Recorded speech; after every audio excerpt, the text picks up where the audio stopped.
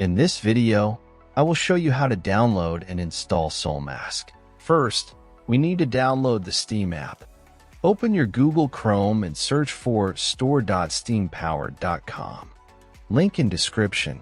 Click on the Install Steam button on this page. Once you've done that, at the top right corner of your screen, click on the .exe file and open it. Complete the installation, and once finished, open your Steam app. In search bar type Soulmask and drop down you will see the game. If not, check video in description. If you see the game in drop down, click on the game. Now click on Add to Cart button beside original game. In new pop-up, click on View My Cart. Now click on blue Continue to Payment button. In payment methods, select your preferred payment method and proceed. After you're done with payment, next steps I will show with game I already own.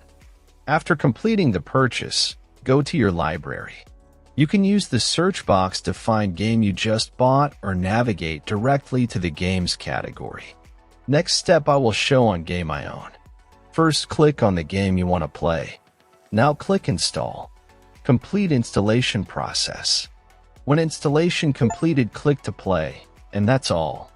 Thanks for watching. Subscribe and help reach 1,000 subscribers mark so I can make more tutorials.